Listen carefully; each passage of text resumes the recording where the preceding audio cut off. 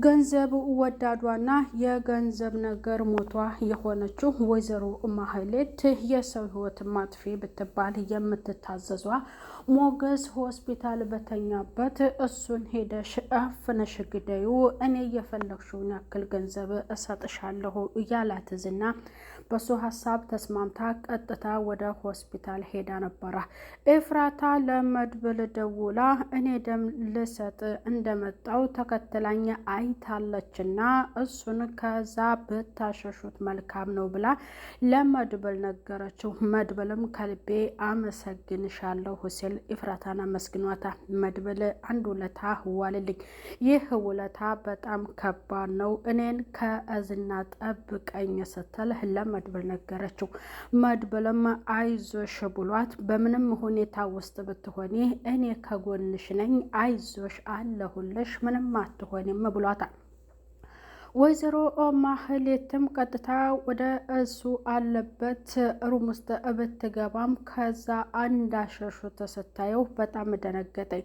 ለዝና ተንኮለኛው ለአበበ ደበሳሌ ሄዳ እንደሌለ ስትነግረው አንቺ ድሮም ከረፈፍ ነሽ፣ ምንም ነገር ያልተሳካልሽ ሲል አመነጫጭቋታል። አሁን አንቺን መግደል አለብኝ፣ ምንም ነገር አላሳካሽልኝም፣ አልጠቀምሽልኝም፣ ከአጠገቤ አንቺን ካጸዳሁ በኋላ ነው እኔ ሰላማዊ ህይወት የምኖረው ብሎ ለወይዘሮ ማህሌት ሲነግራት እኔ ምን አጠፋሁኝና እንደዚህ የምትለው ቀን ላይ ነርሶቹ ነበሩ እያለች በጣም እንደተቸገረችም ብትነግረው እሷ ደግሞ እባክህ ተወኝ ብላ ነግሯለች።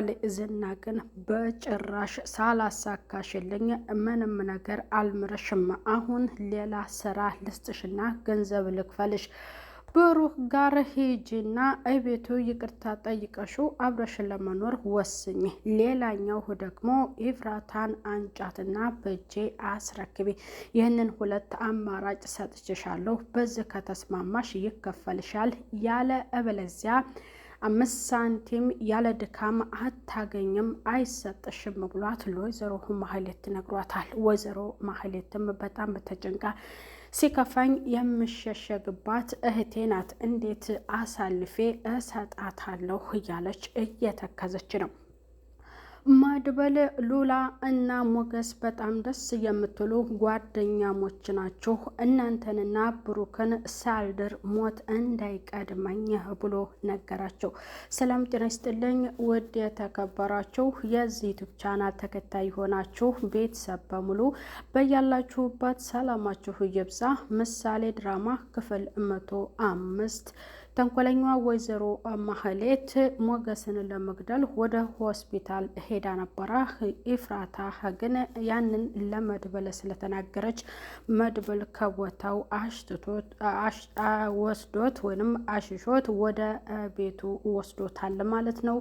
በሰራው ድርጊት የወንድሙን የብሩክን ህይወት እንዳተረፈለትም አንተ ጀግና ነህ፣ ጀግና እንደዚህ ነው አይወድቅም፣ ጀግና ድል አድርጎ ይነሳል ይተርፋል እያለ እሱን ደግሞ ለሞገስ ነግሮታል። ሞገስም ግዴታዬ ነው ምንም ችግር የለም ብሏል። ዝና በጣም ፎክሮ እንዴት ይህን ድርጊት አላደረግሽልኝም እያለ ማህሌትን እያመነጫጨቃት ነው። ማህሌት ደግሞ ላንቺ ከመድብል ጋር ተደዋውለሽ ነበረ ወይ? ዛሬ ያሰብኩት ሳይሳካልኝ ቀረ፣ ህይወቴን የሚቀይርልኝ አሪፍ ነበረ፣ ግን ምን ዋጋ አለው? አንድም ነገር ጀምሬ ያልተሳካልኝ አይሳካልሽ ተብዬ የተረገምኩ ነኝ ብላ ለኤፍራታ ነግራታለች። ምን አስበሽ ነበረ? የትስ ሄደሽ ነበረ? ብላም ብትነግራት ልትነግራት ፈቃደኛ አይደለሽም። ምናልባት የሄድሽበትና እንዲሁም ደግሞ የምትሰሪያቸው ስራዎች ጥሩ ካልሆኑ እነኛ ደግሞ ስኬትሽ ላይ ሊያደርሱሽ ይሆናል ብላም ብትነግራትም ካሁን በፊትም ምሳሌን አሳገድሽ፣ ቅድስትንም እንደዚያው እያለች ብትነግራትም ያ ደግሞ ከሷ ምንም ክፉ እንዳልሆነባት ነው የተናገረችው። እኔ ደግ ነኝ፣ ግን ክፉ የሆኑ ሰዎች በህይወታቸው ክፉ የሆኑ ሰዎች ስኬታማ ናቸው።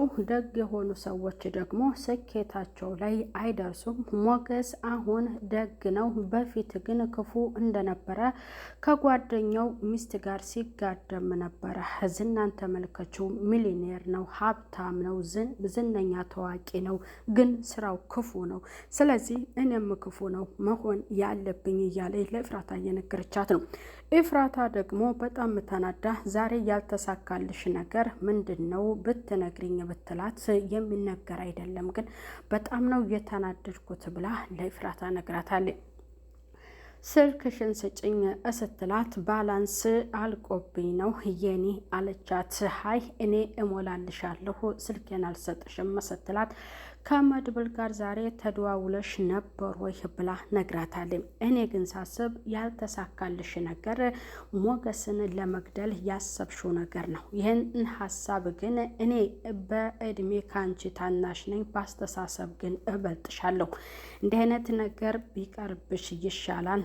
ለብሩክ ይቅርታ አድርገሽለት እኔ ሀሳብሽ ቢሳካልሽና ትዳርሽ ቢሰምርልሽ ነው የምፈልገው ብትላትም እውነት ከመድብል ጋር ተደዋውለሽ ከሆነ እኔ አሳልፌ ለዝና መስጠት ሳይሆን ራሴ ሴት አርጌ ነው የምገልሽ ብላ ለኤፍራታ ስትነግራት ታይ እንጂ እኔ አስጠግቼሽ መኖርሽን አትዘንጊ አትርሽው እንጂ ብላ ለእህቷ ነግራታለች። ብሩክም መናገር ቻለ። ምሳሌ ብሎ ልጁን ሲጠራት በጣም ደስ አላት። ቅድስትዬ አባዬ እኮ ምሳሌ ብሎ ጠራኝ ነይማ ብላም ስትል ብሩክ ጠራ። በጣም ደስ አላት። እንደተናገረ ለዳጣ ነገራት። እኔ በቀደም ዝናን ምን እንዳደረግኩት እንደቀጠቀጥኩትና እንደጎዳሁት ስነግረው እኮ ዝም ብሎ ነበር። እሰይ ጎበዝ ጀግና ሳይለኝ በጣም ደብሮ ነበር የመጣሁት። እውነት ቡራዬ አሁን ተናገረው ብላ ለቅድስትም ነግራታለች። ሁለቱ ደስ ብሏቸው እያወሩ ድንገት መርዞ ደላለው ከች ሲልባቸው በጣም ደነገጡ። ቆይማ አንቺ ከሁለት አንዱ ምረጭልኝ፣ ዝናን መንገድ ላይ ሳገኘው እፈራዋለሁ ነው የምትዩ፣ በአንድ በኩል ደግሞ ቀጠቀጥኩት ደበደብኩት እያልሽ ነው። ታዲያ ማንኛውን ነው የምትመርጩ ብላ ቅድስት እየነገረቻት መርዞ ደላለው ድንገት ከች ብሎ አስደንግጧቸዋል። ለምን እንደዚህ ታስደነግጠናለህ አንተ ቆል የለህም ወይ እያለችው ነበረ። በዛም ደግሞ ሁለቱ እያወሩ ነበር። የቅድስትን እንደሚወዳትና እንደሚያፈቅራት እባክሽ ንገሪልኝ ብሎ ለዳጣ ሲነግራት ዳጣ ደግሞ አርፈ ታርፍ እንደሆነ ረፍ አሁንማ ባሏ መጥቷል ብሩክ ብላ ለመርዞ ደላላ ነግሯል። ወይኔ ተበላሁኝ ባላላት እንዴ ቅድስትዬ ልንጣ ወይ ስጋ ወጥ አለ ትጋብዥኛለሽ ወይ እያለም ለሷ እየነገራት ነበር። እኔ ህልሜ ከልጅነት ጀምሮ ሙዚቀኛ መሆን ነው። እንደ ታዋቂዎቹ አርቲስቶች እንደ ጥላሁን ገሰሳ እንደ እነ ቴዲ አፍሮ እንደነሱ ሆኜ ምርጥ አንድነትን፣ ሰላምን፣ ፍቅርን የሚሰብክና የሚገልጽን ሙዚቃ ነው መስራት የምፈልገው። ትዳሬን ከዚያ በኋላ አስበዋለሁ ብሎ ለሞገስ ተናገረ። እናንተን ሳልድር እኔ ሞት እንዳይቀድመኝ ብሎ ሲናገርም ቆይማ ብሩክና ቅድስቴ ጀምረዋል እንዲያለሁ ሞገስ እኔ እንኳን ከድርጊቱ ነው እንጂ ይች ልጅ አንድ ነገር ያለ አንድ ነገር እንዴት እንደዚያ ለሱ ታዝነለታለች? በጣም ታለቅሳለች። ያንን ያክል መስዋዕትነት ትከፍልለታለች። እኔ ለወንድሜ መዳር የምፈልገው እንደ ቅድስት አይነት ሴት ነው። ደግሞ ቅድስት ናት የወንድሜ ሚስት የብሩክ የምትሆነው ብሎ ለሞገስ ነገረው። እሱም እኔም እጠረጠር ነበር ብሎ ሞገስም አለ።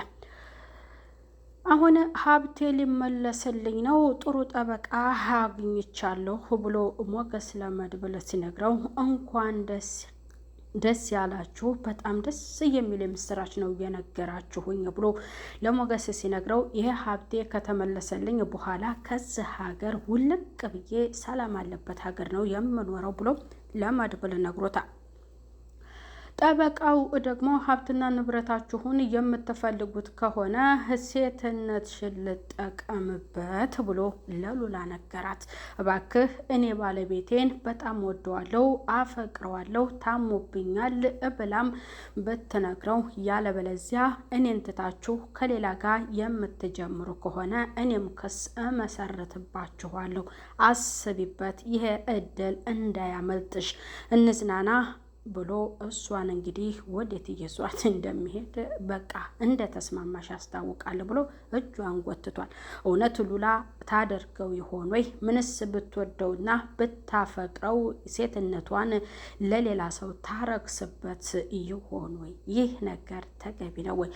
ሀብቱንና የእሱን ህይወት ለማትረፍ ብላ እውነት ታደርገው ይሆን ወይ? ሀብቱም የትም ገደል ይግባ የትም ይቃጠል እንጂ እንደዚህ አይነት ነገር መፈጸም ከንጹህ ድህነት ጋር መኖር 10 እጅ ይሻላል እንጂ የእሱን ህይወት ለማትረፍ ብላ ሉላ ያን ነገር ከፈጸመችው ሌላ ነገር ይፈጠራል።